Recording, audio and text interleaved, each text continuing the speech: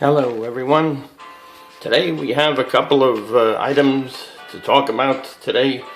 One thing was I went over to a bookstore about a week or so ago, and it's called the Blue Stockings Cafe. And anyway, I was looking around at the books, and I happened to find a very interesting poster, which is very apropos, it's got a very good concept, very good, very important concept. This is about the white rose. The white rose was where some young people during the time of the World War II, the Holocaust, they went and they made leaflets against the Nazis and against Hitler. And they tried to get people to go against them, and they were very courageous in doing so.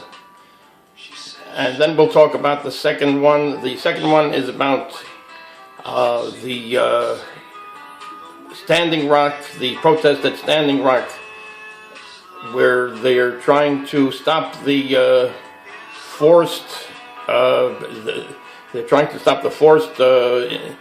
installation of pipes right under the river, which is a sacred ground for the Indians, the Native Americans, and there's protests going on there against it. We'll see about an article about that a little bit later. Let's go to the first item right now.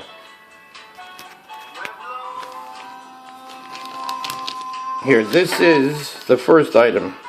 Celebrate people's history, white rose. This is what we talked about at the very beginning.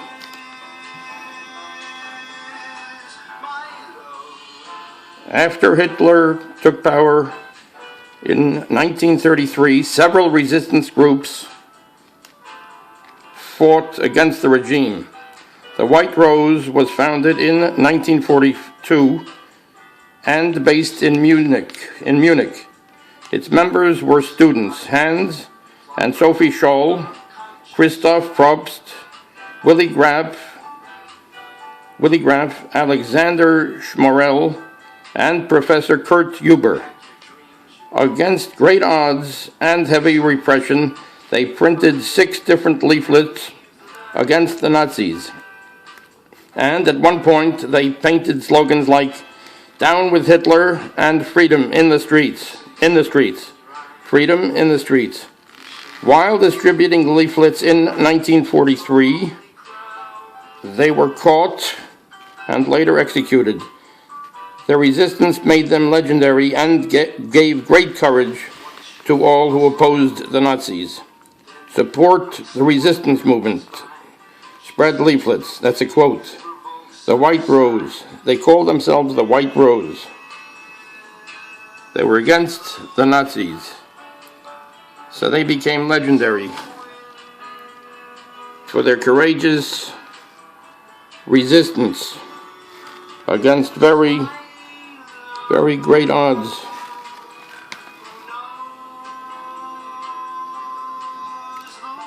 So this was their quote: "Support the resistance movement. Spread leaflets, the White Rose." Okay, and now we have another item for you.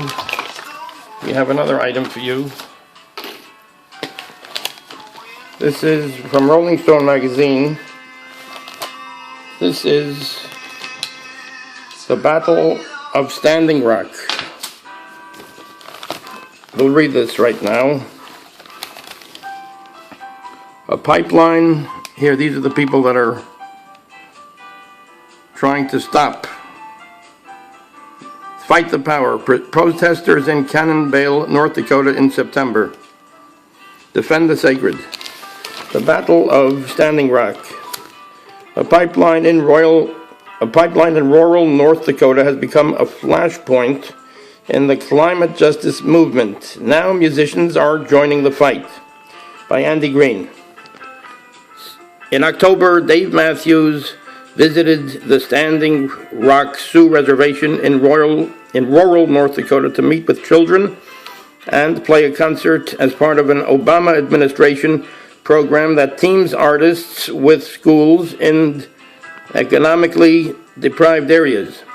When he was assigned to visit the school, he was surprised to find that people on the reservation, joined by environmental activists from around the country, were locked in a bitter battle with the Texas-based company Energy Transfer Partners and the Army Corps of Engineers over the construction of an oil pipeline near their land. Quote, "I was just somebody who wanted to use some of my strength as an artist to inspire some kids," Mathews says. Quote, "That proximity to the pipeline was completely coincidental." In recent months, the protests at Standing Rock have become a flashpoint for the climate justice movement. Mathews witnessed peace demonstrators who have set up an encampment near Standing Rock being met with fierce resistance from law enforcement and private security, including the use of rubber bullets, attack dogs, and mass arrests. He quickly decided to get involved. "I wasn't connected by a news story," he says. Quote, "If people are voiceless and have a legitimate gripe, it's our responsibility to try and give them a voice."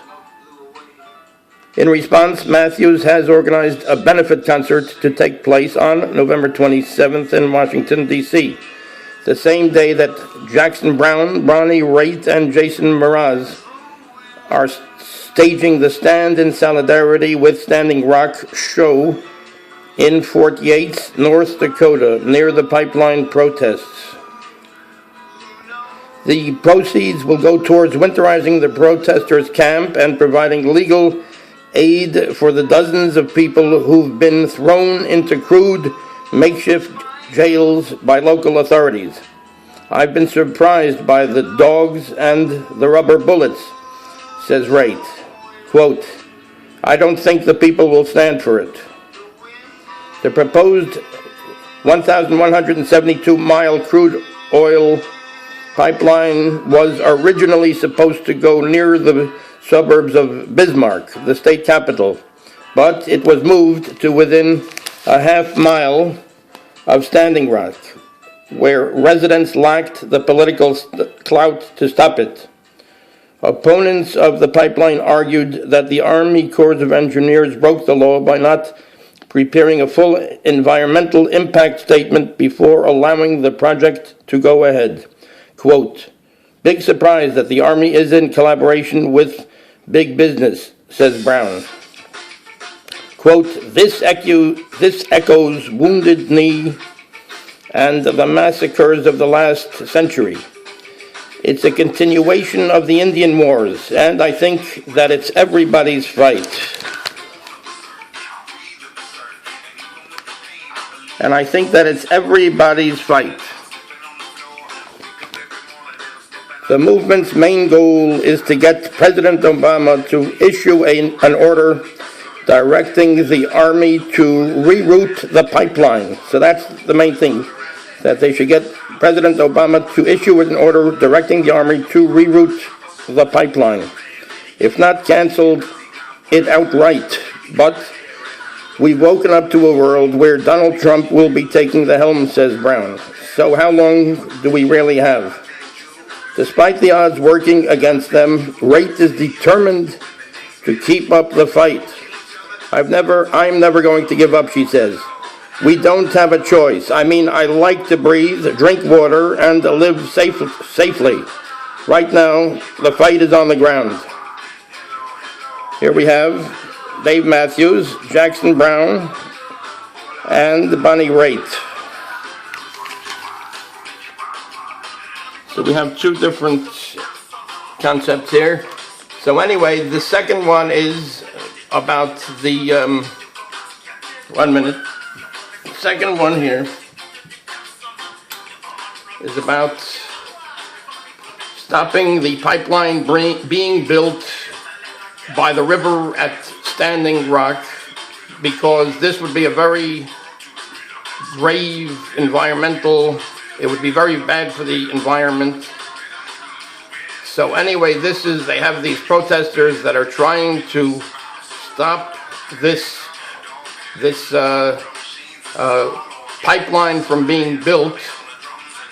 At first it was supposed to be by the suburbs of Bismarck and in North Dakota, and now they want to do it right under the river.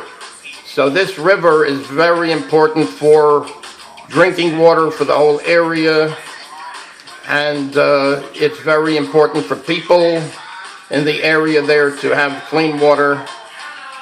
So anyway, this is the musicians.